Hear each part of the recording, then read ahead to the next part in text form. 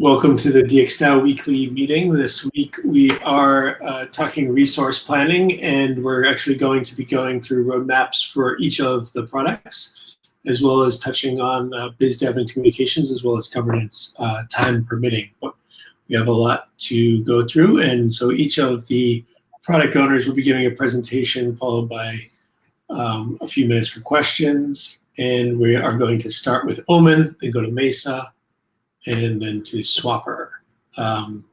Geronimo is actually the product owner for Omen. However, he had a something come up, and Sky is standing in and giving the presentation for him.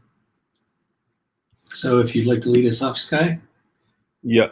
Can you guys see the slide?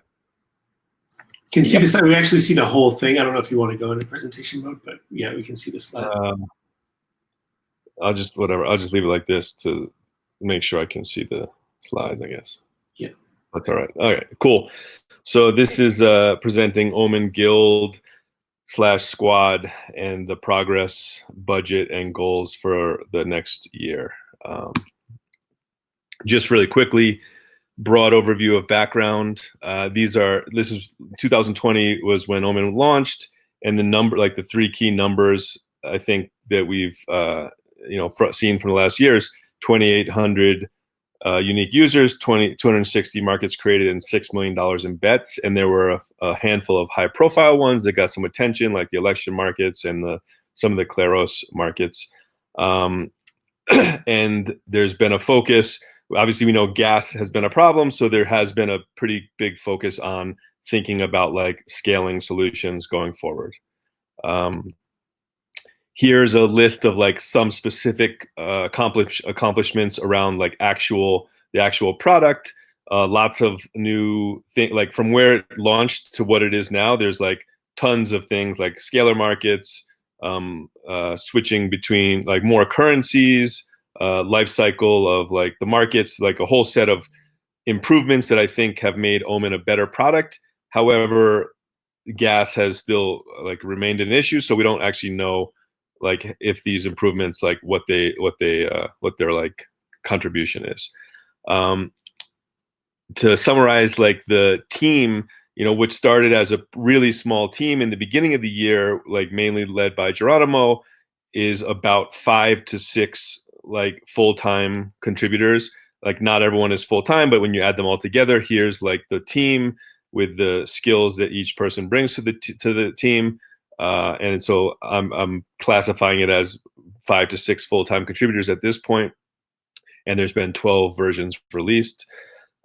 This is just a quick overview of the OKRs, which is what the roadmap and everything should kind of be based on. And so these key results that we've come up with for the year are basically like 10xing the numbers that I just read to you, which were the summary of the prior year. So a 10xing those numbers, which includes using the scaling solutions, is a probably aggressive target, but like it's not unachievable. And so that would be like a good target to have in mind. Scaling Omen in 2021 is like one of the main initiatives. And then there's some other cool things like conditional farming and other things that we could include in the OKRs. And this was one separate one to like become a really popular DApp on XDAI, since that is going to be the focus for Omen for right now. I'm going to do the budget real quick before the roadmap, just to get it over with. But like based on Chris's sheet that he put together with a couple little changes of like percentages of time, I came up with like this $35,000 is like what is currently the monthly budget for Omen workers. There's a little slippage around like plus and minus those because not everyone is like totally full time. But the idea that we had for 2021 is as Omen becomes this more popular product and these numbers grow and maybe revenue starts to come in and there's expansion and things, there's going to be a need to slightly increase the head count over like a gradual period. So in this case, I'm just increasing from 6, which is what it currently is in the first quarter of this year, adding 1 head count each quarter at an average, like the average salary is around 7K. So that's what the quarterly budgets look like for a total budget for the year of 546. And this is like obviously up for adjustment depending on the progress that goes on and the needs that come up throughout the year. But that's to give like a rough dollar amount of like what, not in the past, but what Omen budget could look like for this year.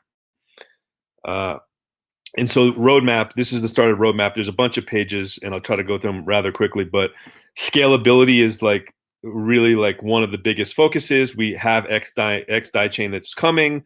Obviously Arbitrum is the exploration and maybe expansion soon. And then potentially, if appropriate, there's the option to look at other layer twos. I had on there other layer ones as well. Geronimo and I decided to take it off. We're probably not going to get there this year, but that's something to keep in mind for the longer term future. Like other layer ones like Cosmos and Polkadot and that kind of stuff too. So, but scaling is obviously really important. And once we're multi-chain, obviously we've talked about like Rails, Omen, DXdao. How is the bridge? Maybe Omen's going to be the first product that you're going to have to like figure out the multi-chain world and how to bridge between them. So that's going to be a focus too. There's a big initiative which Gnosis is involved with where there's like ERC 1155 tokens and ERC 20 tokens. We've been using the 1155s up to now, but the DeFi ecosystem is built on ERC 20s. So the question is, how do you make it easy to like go between these two types of tokens and allow like Omen tokens to get out there in the DeFi wild, which would be pretty cool. Making Omen more anti-fragile, so like really like unbreakable. And then the big other thing is like order book functionality. Adding order book functionality into the AMM trading experience is a really big unanswered question. Maybe GPv2 is an important piece. Maybe there's other options. Oracles. So these are some more technical things like oracles. We have API 3 initiative going. We can have other ones embedded. Arbitrators, we have Claros. We're just about to have DXdao as a possibility as well. And then there's Aragon and other ones that are possible. I think UMA even expressed interest to be a Oracle / arbitrator. Maybe an Oracle actually. Here, like the user experience for Omen is like, it's really hard to tell like summary of like what your activity is as a liquidity provider or a user. So like a dashboard / I call it Xerion of Omen. Like we need the user like overview has to be a lot better, and that's gonna have to happen this year. UX integrations, lots of things like Gelato is a way to like automatically add, subtract liquidity, trade in Omen based off of certain actions that happen in the blockchain world. So that's like very close to being added. I think it's being pushed to the next version so it doesn't mess up the XDAI and the recent improvements.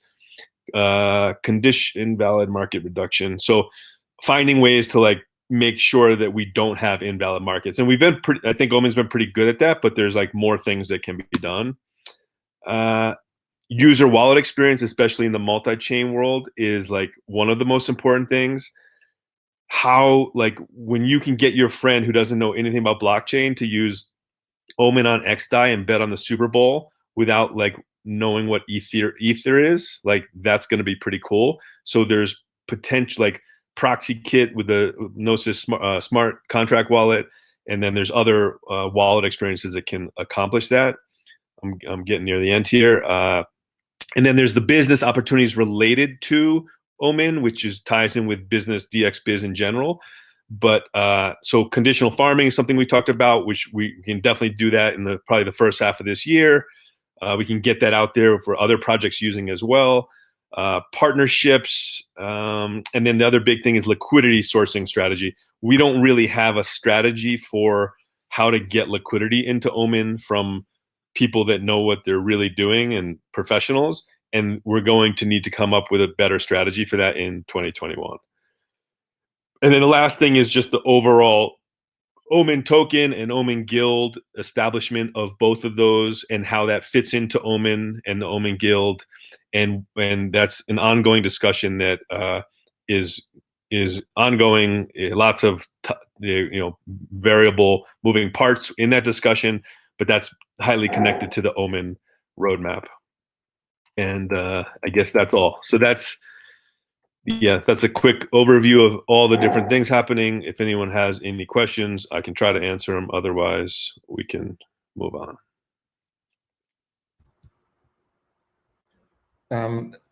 Maybe one thing on the user experience.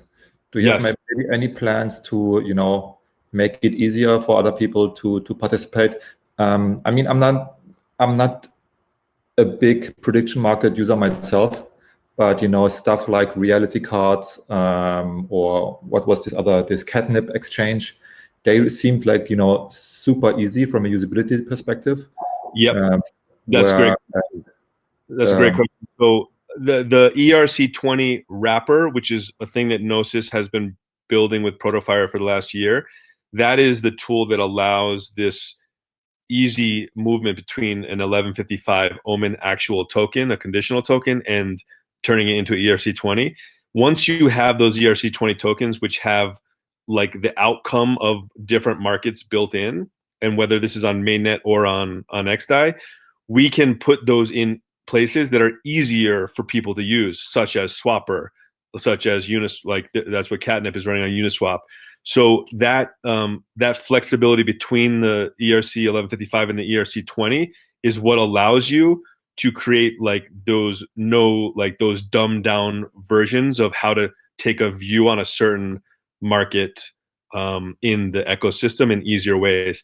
And that also is what allows you to do this conditional farming where you have this Omen market, you make a bunch of ERC20s that say if the liquidity in in Swapr is above 500,000 in this pool for the whole year, these all become worth 1. Once you have those ERC20 tokens, you could give those out to anyone in this ecosystem that you want to incentivize. And you can do that for basically anything, because you can make an Omen market on anything. Therefore, you can incentivize any behavior that you can come up with. Okay, very cool. And is that also something that you guys have on your, or is that something that you guys want to focus on, build out, these more simpler front ends, or is that something that you want to leave to other people? I think as a front end, we talk about using Swapr, because once you have those tokens actually on Swapr, you're literally just buying the yes token on Swapr. But a whole front end, which is, Catnip looks like Uniswap, so theoretically we could have a portion, like an app built into Swapr for just, you click on just prediction market tokens in Swapr, and then there's the markets in Swapr. But I don't think you'd want to do a separate front end. I think you want to leverage DXdao's products. Yeah, we can basically do Catnip by just whitelisting the tokens in Swapr and adding a filter into Swapr. But even if you had your own little section, for Omen specific Swapr could be an option, but it would still be in Swapr, yeah. Okay, great presentation. Thanks. Yeah, thanks. Arguably better than Catnip because you can set the fees to whatever you want. Yeah. Does anyone? Maybe we can talk about. I was wondering what, maybe we can talk about the budgets compared to relative to other budgets afterwards. But it'd be interesting to build what people think about that rough type of budget, right? Yeah, I imagine we're not going to have time to really go in detail on the budget today, but I think this is going to put some stake in the sands, and then it'll set the stage to have a deeper budget conversation next time, or we can schedule something specifically for that. Cool. But I think it is helpful even just getting the conversation, because I guess in your one of the things in the presentation, I was interested what type of investments or resources would be devoted to marketing or brand awareness, because I think that's one of the things about Omen right now. It's it's kind of building a great product, but how can we kind of push that message out there more? Yeah. So do you think that budget goes into Omen budget, or do you think that's part marketing budget covers all of the products? Well, yeah, maybe that's when the discussion, it should go to another a separate one. But I just think Omen should be, sponsoring hackathons, getting the name out there more. And I don't know where that budget would come from. But I think like that's the only thing I kind of saw that Agreed. maybe I would add to what you guys presented. I think that should be a strategy across all of our products, and so that should probably be this budget was really focused on like the actual just product without anything extra. But agree, the extra matters a lot. Yeah, and just Omen really is like the product that is like almost is ready right now in a way, right? Like Omen or DXdao, it's kind of competing in this. Obviously, prediction markets are not as big as the other markets that maybe Mesa and Swapr are competing in, but like that's one where I think we could get a good ROI on a marketing spend. Yeah, so I just posted yesterday, and I think this would be a good idea. Like once Omen DXdao markets, like there's a bunch on there that are popular. For 1 ETH, you can advertise on with a company that has like over 200 billboards in crypto voxels, and people that hang out in crypto voxels, they will be the people that are betting like on Omen markets on DXdao. So like we can target them for like 1 ETH for like 2 weeks and like on hundreds of billboards. It's pretty cool. Cool.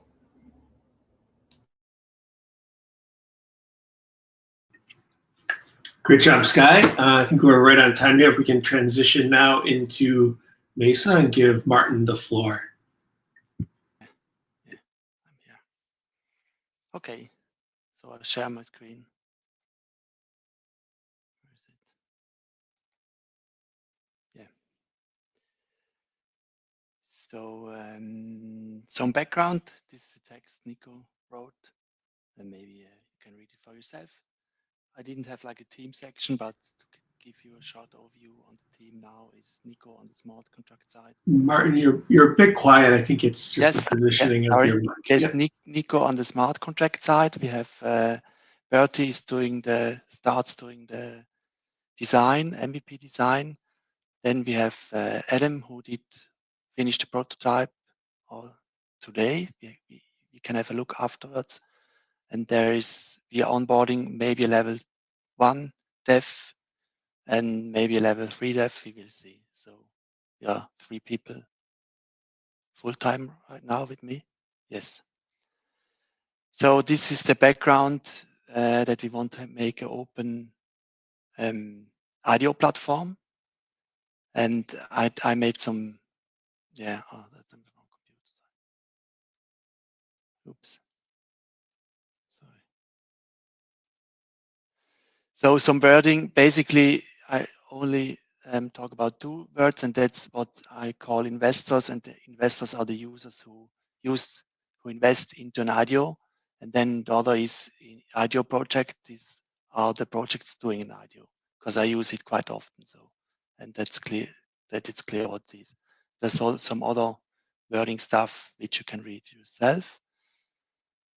Then again, the reason why to retire Mesa, give a short overview. Mesa DEX did found like a product market fit in selling tokens for IDOs. And so we decided, but it's in a way too complicated and also over-engineered. So we decided to take the Mesa as a brand and do everything else new from the ground up, having other sale mechanism and also doing a new front end and a dashboard.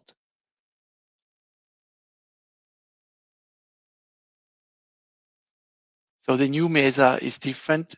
Mesa will have just a front-facing interface for the investor, and we try to tailor this to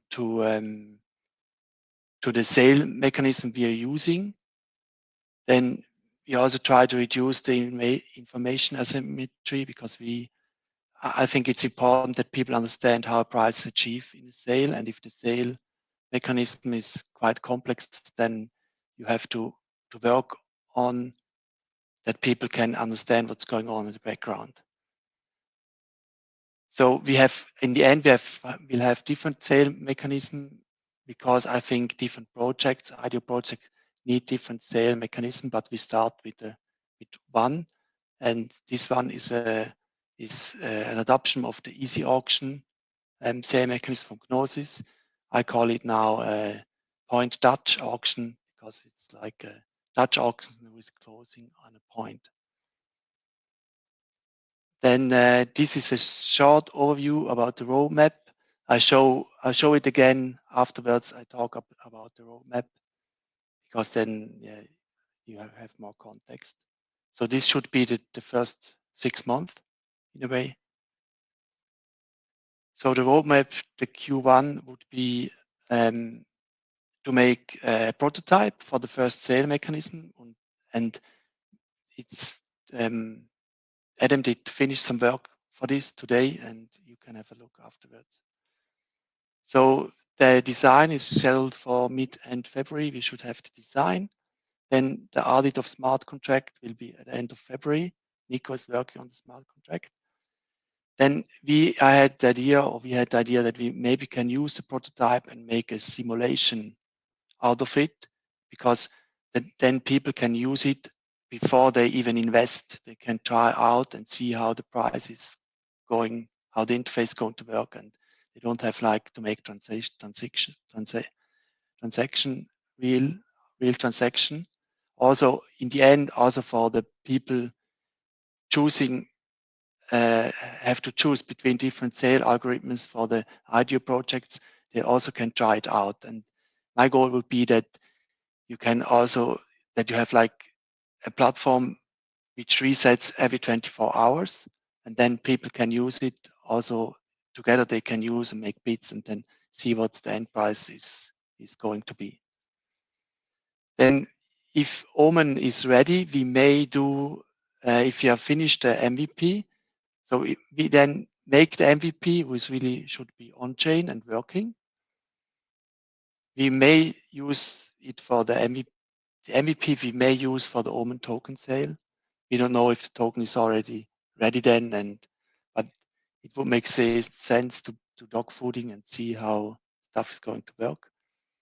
Then I also had the idea to do maybe like something like a Mesa voucher token sale, because I assume that in the end we will also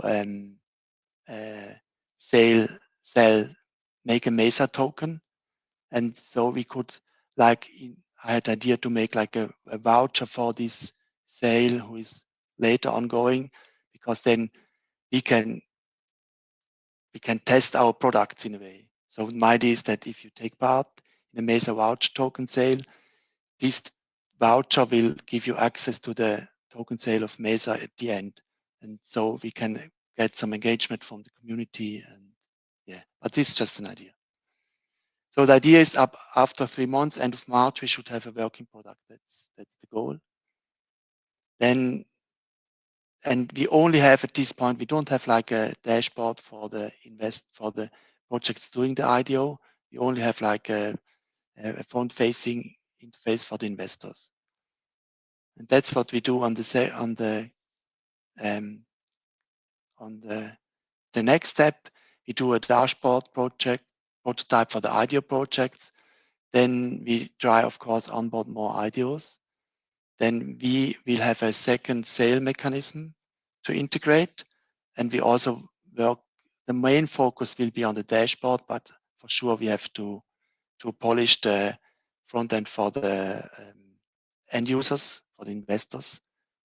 Maybe we also will try have a sale on DXdao if Swapr is ready, and then we also want to integrate like a low listing, because if we're going to make like private sales, we need some system where only restricted token holders or people can take part.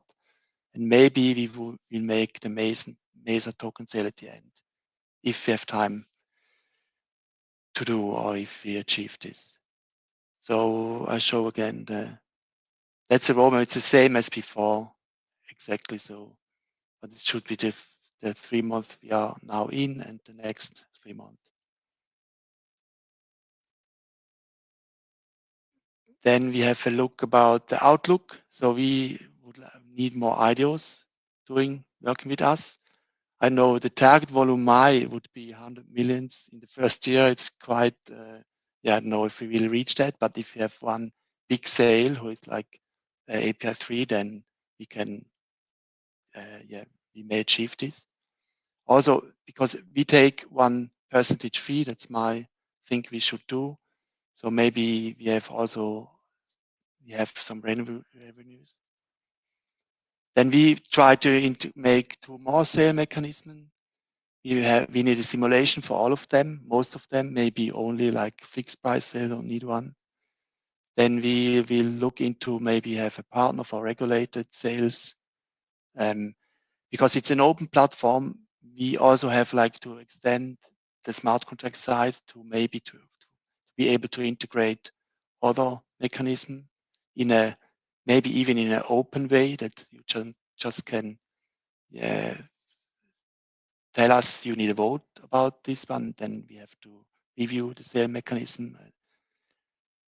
And maybe another thing to onboard easier onboard people is making a mobile app where people directly can invest from fiat to crypto in a sale. It's not my idea; it's an idea of somebody I was talking about the ideas, and they work in this direction on DXdao, and maybe they are open for a collaboration with this. Then we also can, like, in a way, you can, the touch point auction mechanism we use now, in a way, you can also use it for over-the-counter trades. Because if people can, in the back end, in a dashboard, say, I don't make an IDO, I sell a token now, ETH or whatever it is, and I sell it over 1 day, and this is the amount I want to sell, then people can just bid for it. And in a way, it also would fit like very low liquidity coin, You can sell an amount of token over maybe 2 weeks or so. But this is to explore this really different, in a way different. Then I have some more about, I don't know if what's the time? Yeah, do we have some more time? Okay, so there's more into detail, the prototype, and I think I want to show this because it's really, it's working right now. And so, I have to switch it. I have to switch the screen.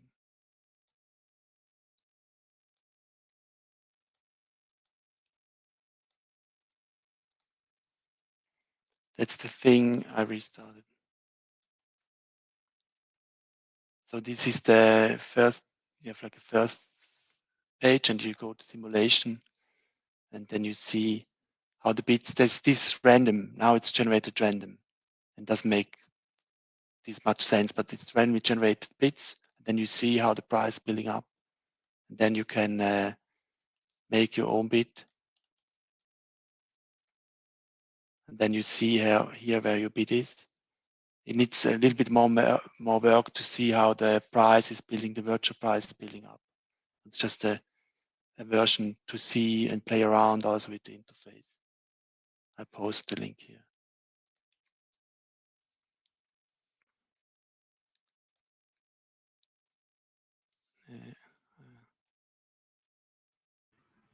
Go back to the presentation. So we have the prototype, and we will use this prototype. Oops, yeah, that's a screenshot. We will use the prototype to make a simulation out of it. Then the MVP, as an overview, as said, we will make a minimal interface for investors. We'll have a different, more professionalized design. I have a heavy focus on the chart that people understand how the sale is working. And what we not do is a dashboard for the ID projects. Then on the smart contract side, we will have like a factory because we want to use for every sale we want to use a new contract. So we deploy a new contract for every sale. Then we'll integrate the minimal settlement price so that people don't sell their token too cheap. Then we will also integrate the minimal funding threshold. So if you don't reach a certain amount of funding, then the sale is just not going to settle.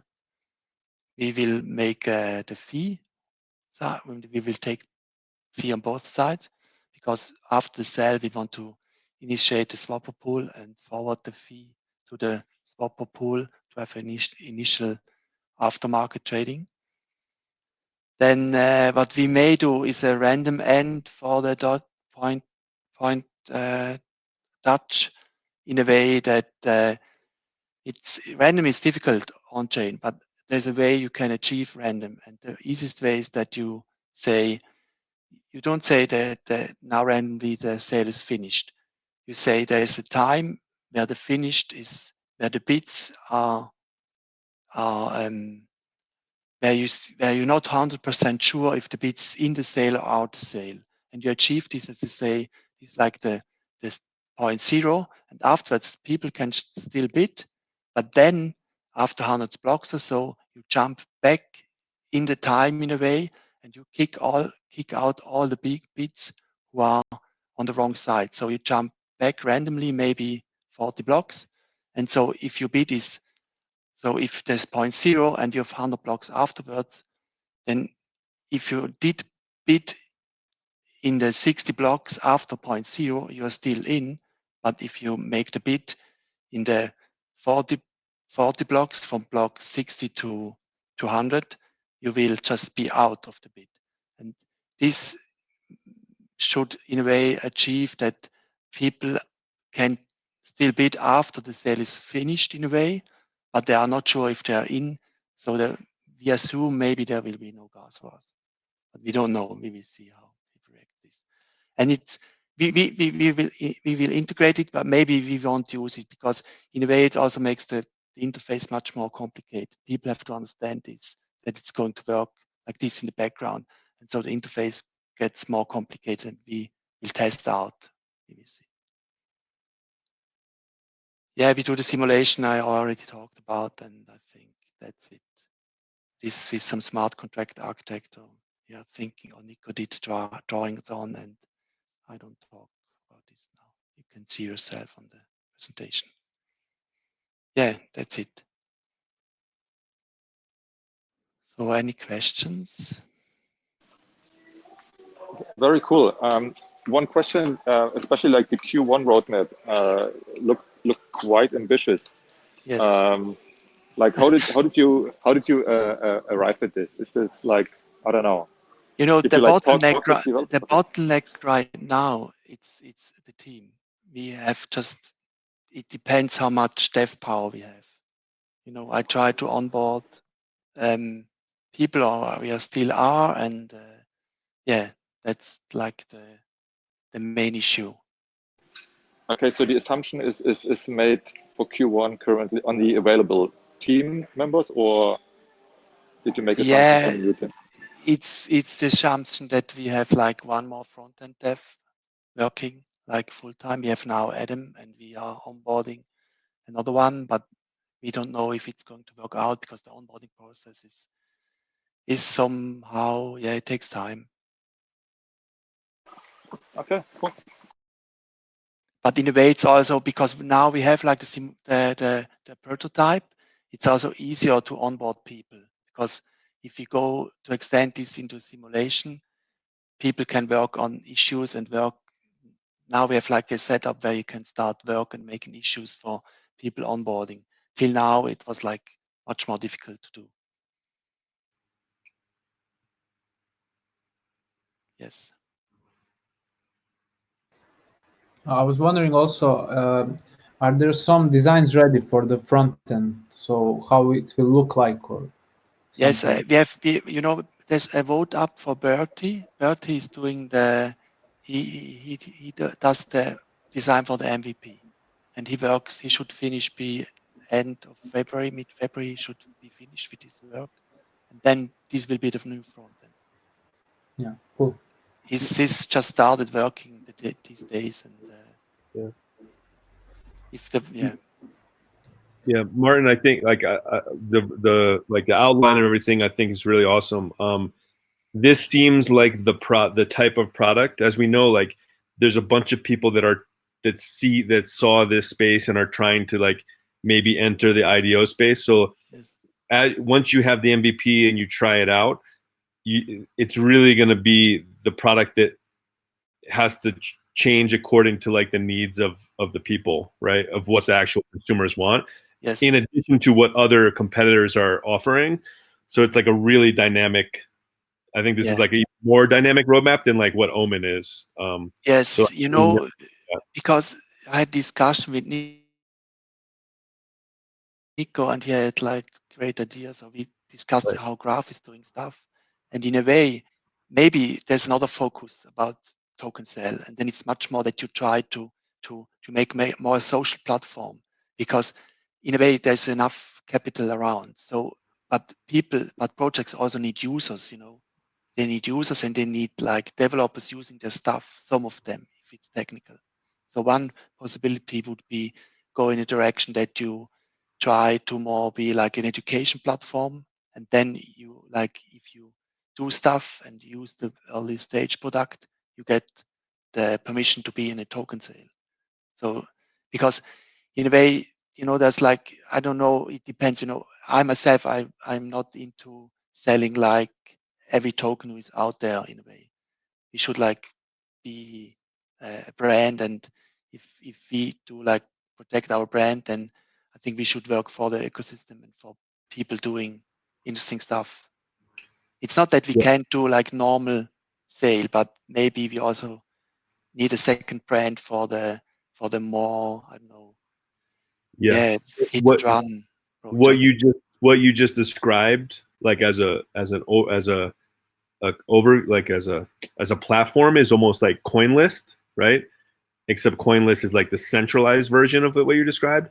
So Mesa could become like the decentralized version of what CoinList does, which is like bring this communities through the entire thing, including the sale. Yes.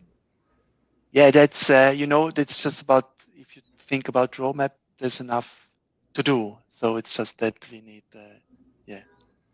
and we need a bigger team on this, I think. I was quickly disconnected, but did you also talk about the budget for this? No, we didn't. I didn't did any budget for this, because that's in a way, we have to discuss it at some point. How much money we're gonna spend for this, but I didn't think in this direction. I'm more thinking getting more team members and getting stuff done. Yeah, we'll have to address that. I think we need to follow up on the budget conversation, like kind of have a dedicated budget conversation. So it would be good if we could put together something from Mesa on that front as well. But yeah, once the staffing is clear and what the needs are, then we can kind of put together a budget for that. Yes, I gotta close I think that's it. Okay, great. Shall we move on to Swapr? Are you ready? Yeah, I'm gonna share my screen. And Chris will do it together.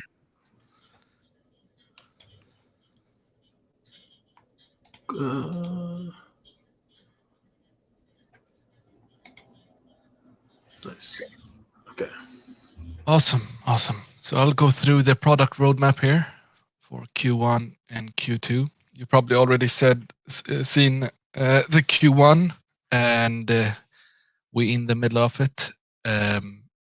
So I'll start from the Q1 here, where we are planning supplied liquidity from DXdao, and the idea is to do it before the beta, but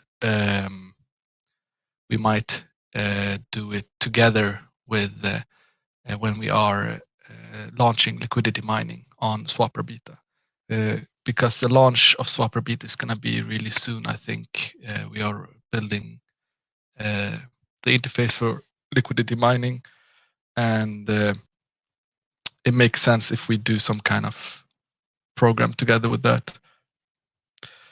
So liquidity mining and condition farming, I think we'll be releasing those at the same time, and we will probably try to release one L2 integration. It might be Arbitrum actually first, because we're already working on that. And but we are planning actually to integrate two L2s. It's both XDAI and Arbitrum. On XDAI, we wanted to integrate XDAI because of Mesa, but that plan didn't went through because we had a partner that we had a program we wanted to do together with them, and that got postponed. So we don't actually have a reason to do XDAI before Arbitrum. We might do them both at the same time, but I think it's a good idea to do one of them at the first and then the other. And to do any L2 integration, we need some kind of L2 bridge. So we'll try to release L2 bridge onto Swapr. We are planning and trying to find an external team to help us with the Uniswap and SushiSwap aggregation into Swapr. So that's planned for Q1. It might be delayed to Q2 actually, but we're planning for Q1. And the last release for Q1 will be governance for pools, and that will also set the release of Swapr V1, which is the one where we start promoting. So that's like 3 months, maybe 4 months of this year, and after that, I kind of like, I'm not super detailed here on the order where we're going, but one of the things we need to move from is actually the stamp of being a Uniswap copy or clone. And one of the ways to do it is actually having our own design and doing our own thing. So DXdao's own design would be for the V2. I don't know if we're calling it V2, but let's call it V2 for now. A user dashboard where you can see your coins and maybe you see your, like, you can put some coins pinned. You wanna like check out every day or something like that. So some kind of user dashboard, an integration to Mesa, where we are much closer to Mesa and want to be able to move from a Mesa IDO to an aftermarket to Swapr. Some big idea I have for Swapr is also build a marketplace or plugins. I don't know what we should call this, but the idea here is to open up Swapr to the community to be able to build stuff on Swapr. So some kind of like Lego version of Swapr where we give space where you can put in anything actually. So one of the components I think we're gonna build internally will be live charts and trade history. So that will open up hopefully for community built tools. And my idea is I think we're gonna find like the community will build a lot of stuff that we didn't think of, and also there's a lot of really awesome tools out there, but every tool is separate, and there's websites and people jumping back and forward in between websites when they're doing their trading. And I think if we open up so people don't need to go to website, they can just actually add those plugins or we call it add-ons to Swapr. That would be a huge step.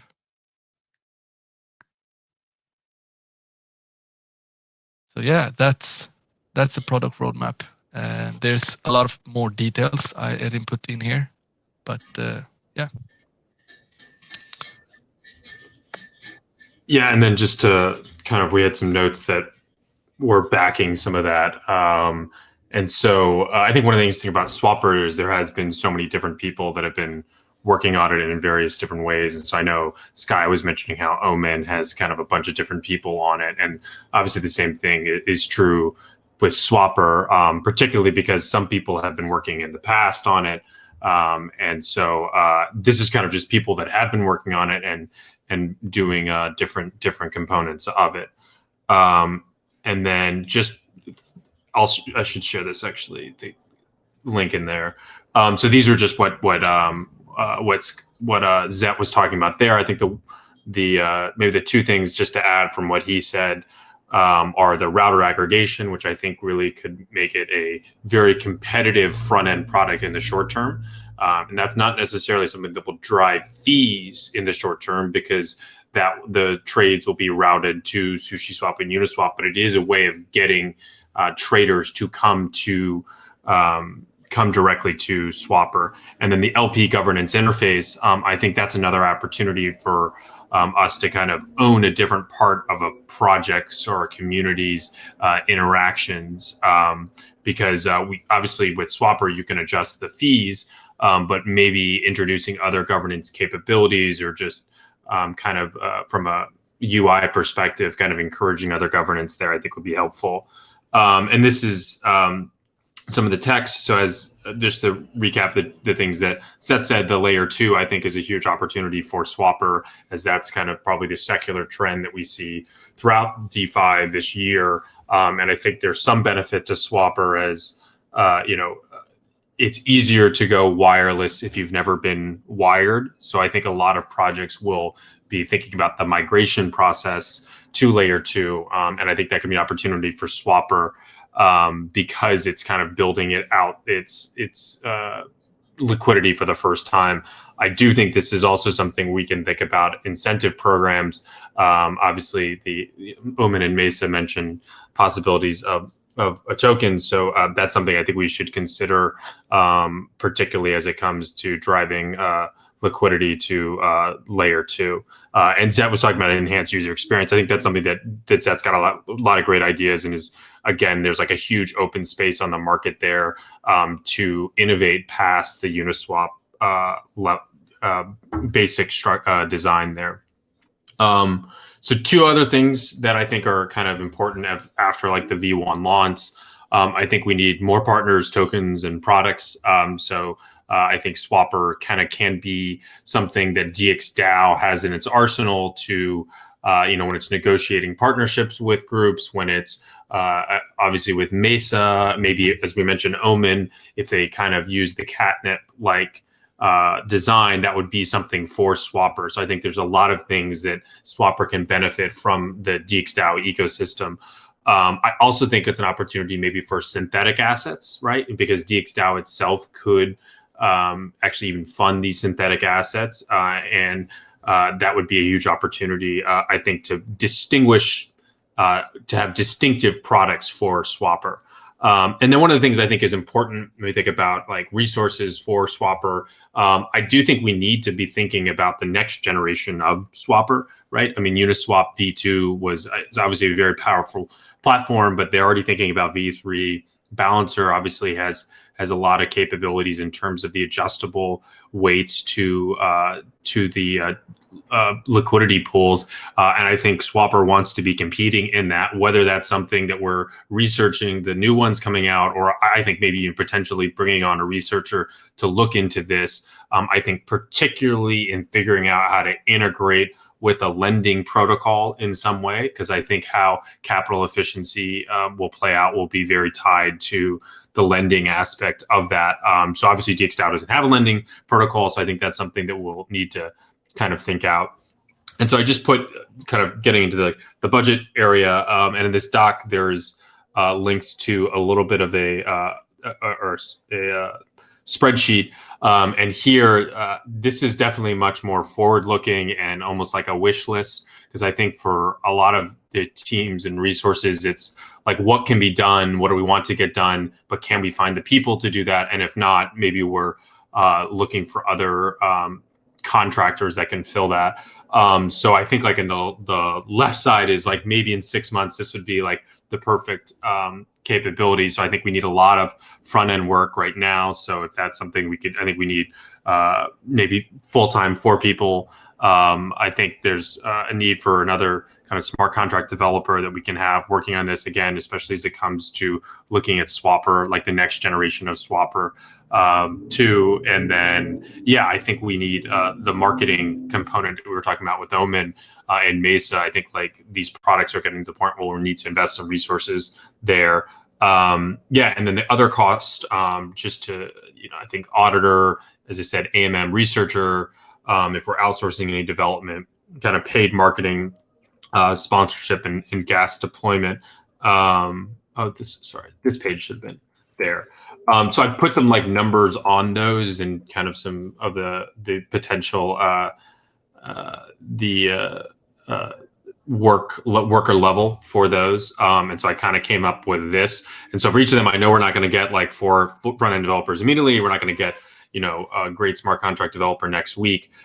So this was maybe an expectation of how these costs would roll over in the next 6 months, right? So at 6 months, maybe we do have like a team of 7 or 8 there and kind of doing that there. So you can see what the monthly burn would be for this. And it does include things like, I think it includes like $25,000 in auditing costs. I think potentially like $15,000 for an AMM researcher. I think we could kind of just, I think we could kind of just put out like a, almost like a research RFQ request for quote, but for some like researcher to kind of do that. And then, I think paid marketing and sponsorship, I think I had like $15,000 in, and then like a $5,000 DXd allocation there.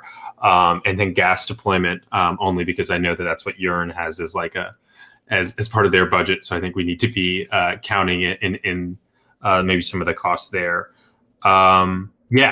So that was kind of from what I had working with Zet. And then I think this is the prettiest page to maybe stop and hear some comments and questions.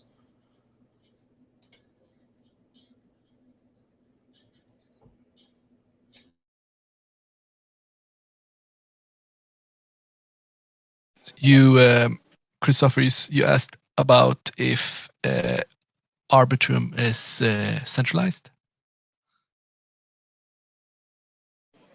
Yeah, that was like always my understanding, because I think it's a for-profit company, and I don't think they want to launch a token. And so I always understood it to be pretty decentralized, but please correct me if I'm wrong. I believe what they're doing is very similar, like goals as Optimism and what they're doing with their optimistic roll-up. So, I mean, I guess it depends a little bit what you mean by centralized. I do think they will probably be operating some of the nodes and stuff at first, and I'm sure they have a plan to kind of make money somehow on the layer 2. I do think they want to service probably multiple blockchains and multiple industries too. So I think it may vary a bit in terms of what they offer to different parties. But in terms of, like what I understand is like when they launch a mainnet, which is planned in March, it will be an optimistic rollup, which means there'll be some kind of a fraud-proof system where you can exit to Ethereum. So you're basically, if that works, I mean, this is the first of its kind to come out. But if that works, then you are inheriting the security of Ethereum itself, because your funds are like withdrawable. But they will have an admin key at the beginning. This is kind of like those safety wheels, similar to like how Optimism has a bunch of checks and kind of like centralized backstops at first here. So yeah, I wouldn't call it centralized, but I mean, there is some nuance to it. Okay, yeah. I mean, like for me, it was just really like about the business model behind it, right? If it's just going to be like operated by one company, even if it inherits the security of Ethereum, that's kind of like what made it sound like centralized to me. But I don't want to sidetrack the conversation. Sure. Yeah. I mean, this is worth exploring more too, because I think maybe we don't fully understand what their business model is. They don't have plans for a token, whereas like I'm not sure if Optimism does have plans or not. But yeah, it will be something to kind of follow and dig into more for sure. Our goal is to have something decentralized. Obviously, we would not. We're super tough with that. But if their plan is not to be decentralized or completely decentralized, we might like just switch that off or change to another. What we are doing now with Arbitrum and implementing Arbitrum, we we kind of, like Frederic is working on, he created a script which will help us implement other L2 solutions. So next time we will implement an L2, it's going to be easier. So yeah, we're kind of like preparing for L2s. It doesn't need to be Arbitrum. It could be anything. And the thought is like we should be able to launch Swapr on any L2 that is like a EVM, and like there's no reason not to do it. But the only reason I see why we shouldn't is because we need liquidity on each one of these, and we don't want those ghost towns. But if there's a case, we launch it. Okay, very nice. Is there like any plan for like a native token as well on Swapr, as it is like for Omen and Mesa? I wouldn't say short term, but yeah, we're exploring the idea. What do you say, Powers? Well, yeah, I mean, I think that to me, that's where the layer 2 conversation, when you get into like actually trying to attract liquidity, could be really interesting. I think what our kind of perspective on like tokens is like, if it makes sense and if there's a reason to do it, then that would then we should. And I think like right now it doesn't really make sense because I don't think we want to like compete in the farming wars right now. But I could see that making sense if liquidity is moving away from the Ethereum main chain to try to use a token as a way to capture some of that, especially as it gets to like multiple different L2s. Because I really think like Swapr could be like almost like a home base or a bridge or a subway, whatever we want to say, to go through the different L2s and use that to distinguish it.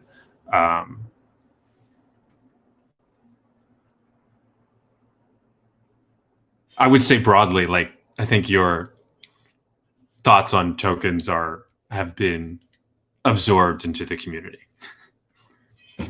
Yeah, I mean, I didn't want to like expect like like a specific timeline or something. I was just like curious to hear like how you guys think about it. But yeah, it sounds pretty cool. Is there just like maybe last question? Is there already like a specific launch date for Swapr? What was the question? Is there already like a specific launch date for Swapr? Swapr V1. Yeah. Not date. I wouldn't dare to say a date, but Swapr V1 is planned to be launched in the end of Q1. That's the idea. So like we are. It depends. Like if we need to wait for, let's say, Uniswap, SushiSwap aggregation, and it will take a lot of time. Maybe we will move that to another. Like we will not include it into V1 and launch it without aggregation. But the plan is to have aggregation for V1, and that might be delayed because we don't have a date for aggregation.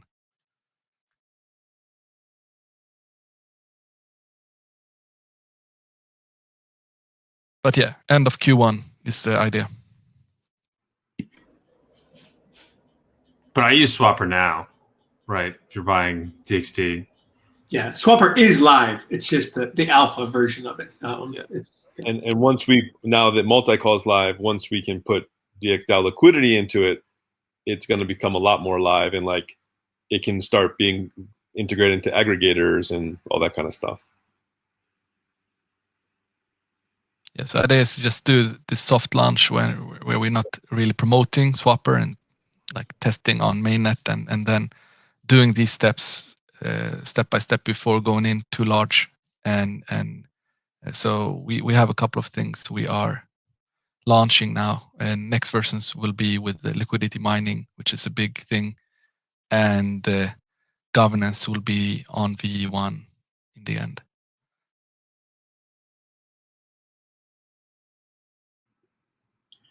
Great presentation. And yeah, I want to keep things moving along here. We don't have much time left, but I do want to give the BizDev presentation, BizDev Communications, chance to present, and then maybe we'll try to have a little bit of discussion at the end and wrap up maybe in about 15 minutes. Yeah. So Can you guys see this? Yes. Yeah, so Keenan and I are gonna do this one together. We put DXbiz and DXcomms marketing together. They're kind of two separate plans, but you'll see from this. I'll start with DXbiz, which part of it we talked about it a bunch on Monday anyway, so that's good. But the budget and things we'll get into. So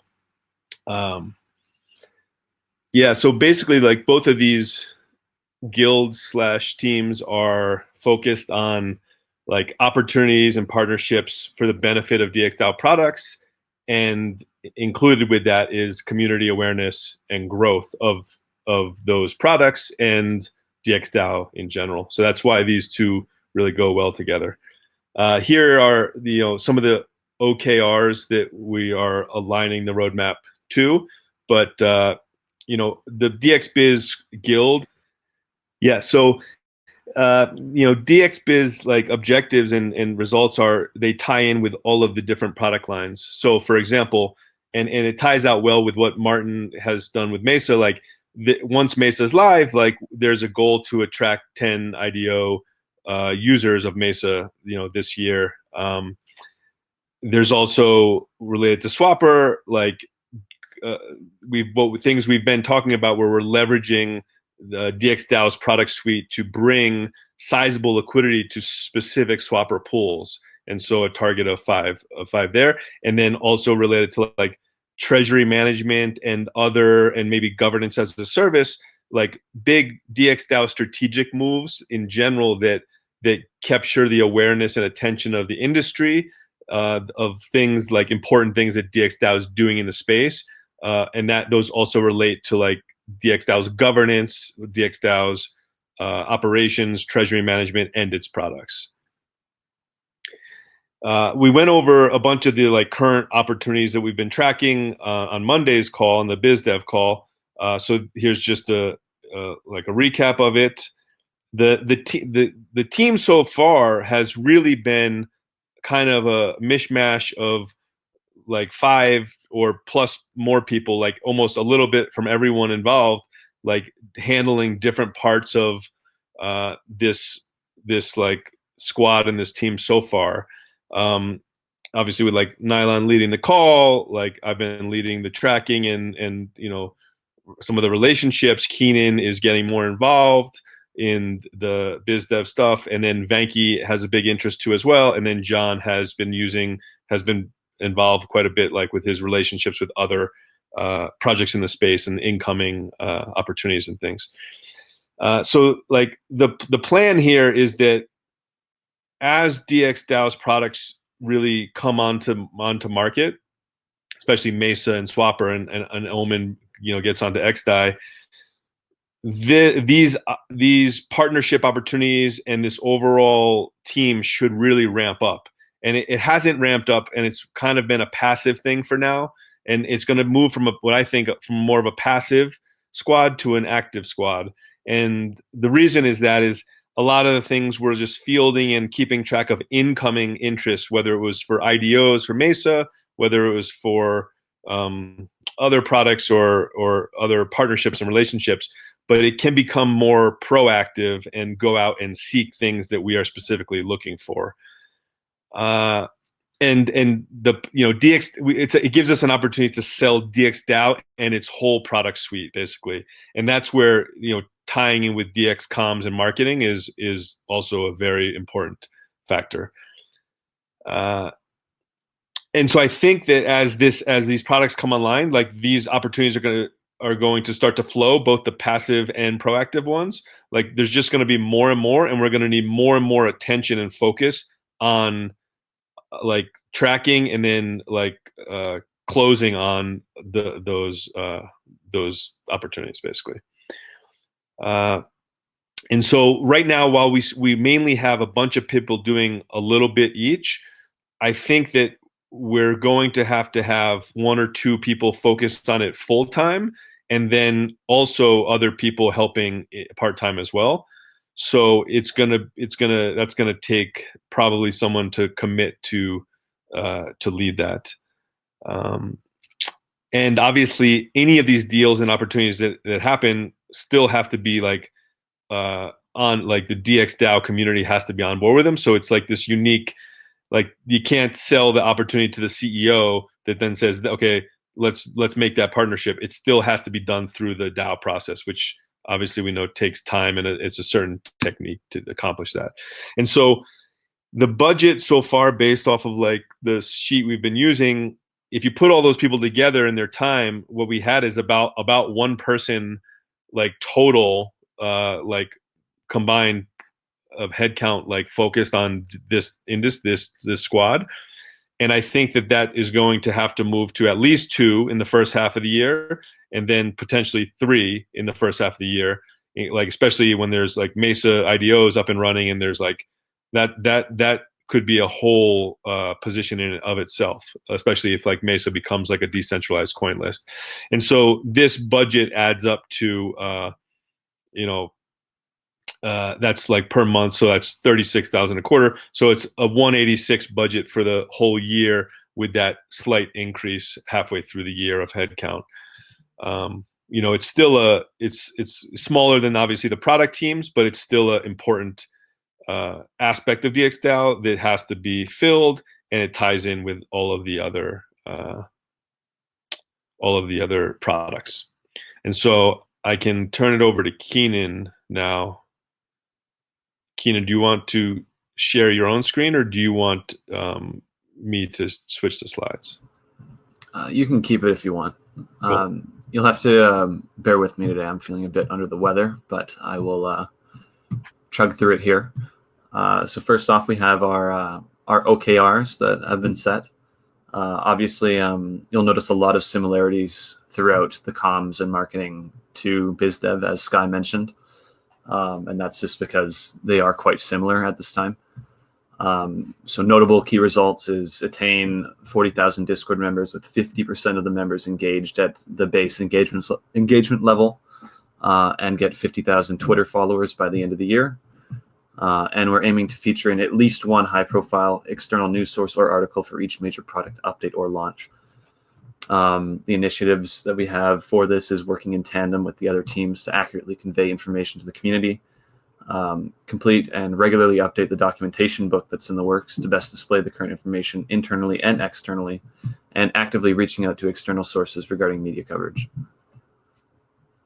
The current resources I did a little bit differently than BizDev. Right now, large focus is myself and Mike. And as some of you may know, Mike is currently not fully contributing. He's passively contributing and looking for a window to fully reapply himself. And minor focus I've made out of Sky, Chris, and John. There are a couple others, obviously, Zed, Geronimo. So the plan is very similar to DXbiz. Comms and marketing should be ramping up soon. We should be moving to from passive to active, with consistent active engagement for social media, reaching out to press, exchanges, trackers, otherwise. Small amounts of help from many different people is obviously great, and is what we have been doing, and we should be consolidating that similar to DXbiz to 1, maybe 2 full-time members, and continuing that outreach of the smaller help. And there I just quoted what Sky had said, and that the product suite's coming together. Obviously, it's difficult to communicate and market and foster a community around products that don't exist.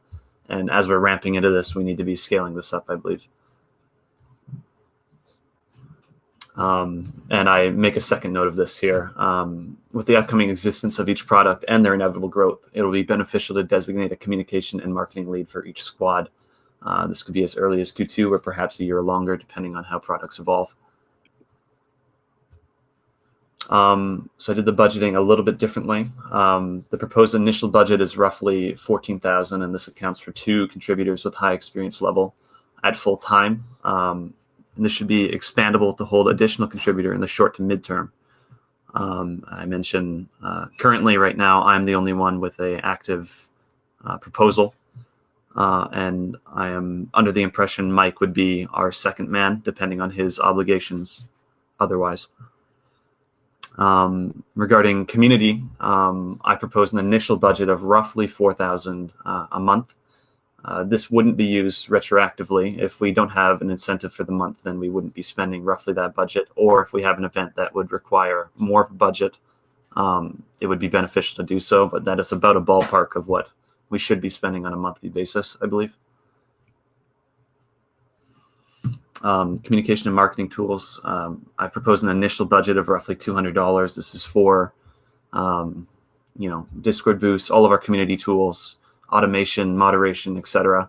And it's a very a drop in the sea, if you will, expenditure-wise, and is a massive gain to communications.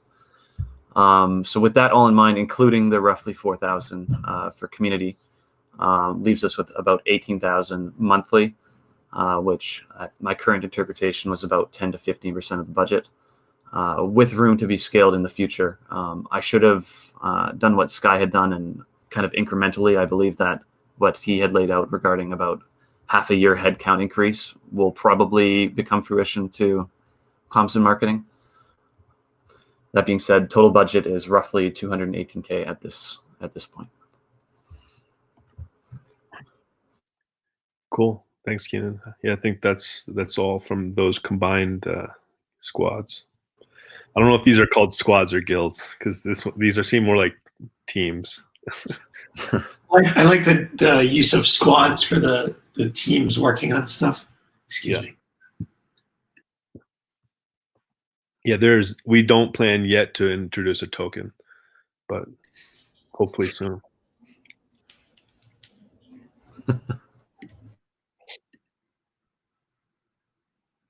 Okay, any questions on that? I was just wondering, because like we included like budget in the budget, like Sky, you were in Omen guild and DXbiz guild, and we like calculated twice the payout to. Yeah, so in general, there's a lot of people that are doing that. I don't know if you've seen Chris's sheet. I made some slight adjustments to Chris's sheet where he placed everyone into percentage squads across 4 different squads. And so the numbers, for example, the current DXbiz, when I said it's 1 person headcount and 5,000 current, that's because it's a certain percentage from 5 different people or 4 different people.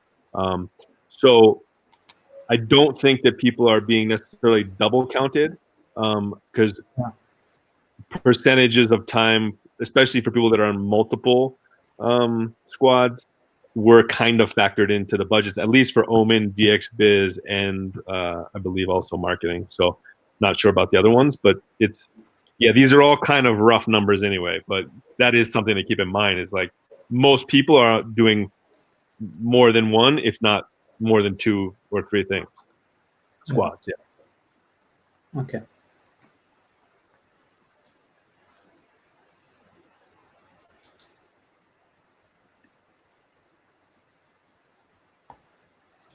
Yeah, I just want to say this has all been extremely cool. I just remember when guilds were still discussed, and it's amazing to see how far it has come now. Thanks, Christopher. Yeah, I mean, I think a lot of this stuff has been in the works for some time. It's just it's good to finally get it kind of into a presentation format here and do some high-level planning with it. I think maybe what we can do for 2 weeks from now, because we're doing this every other week with the resource planning, is take a high-level look at the budget, and we can also, I think, maybe tie in treasury management as well, and kind of make that the topic for that meeting.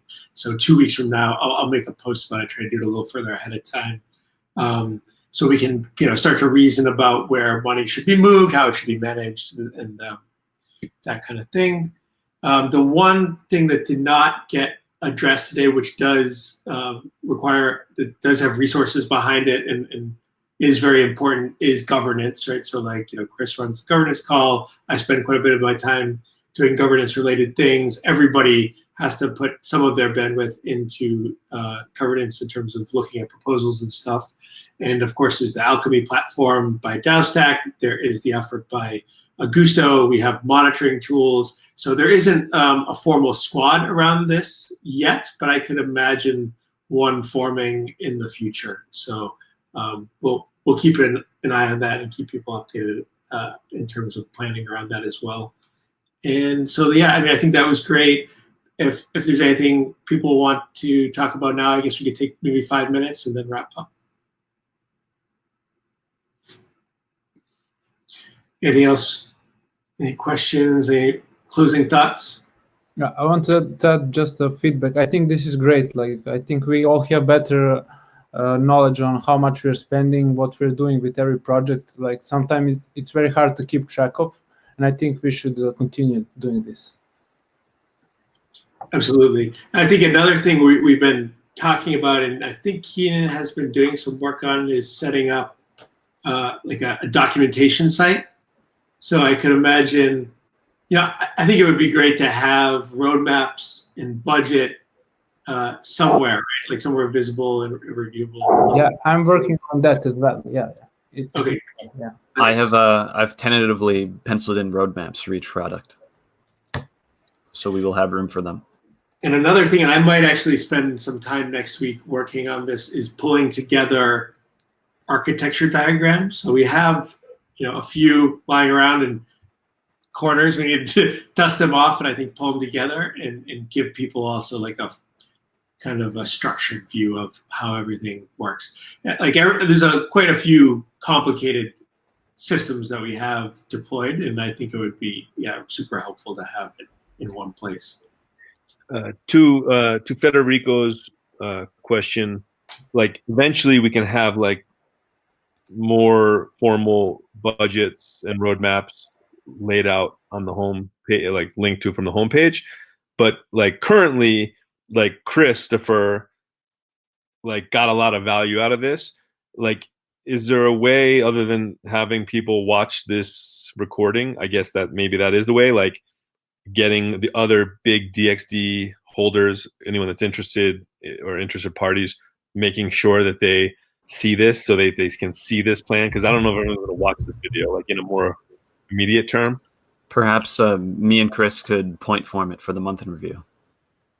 Yeah, and even the summary of the meeting notes would be good. John and I were talking about how we need to kind of put like a summary together of like the status of DXdao, and these would all be really easy ways to access that information.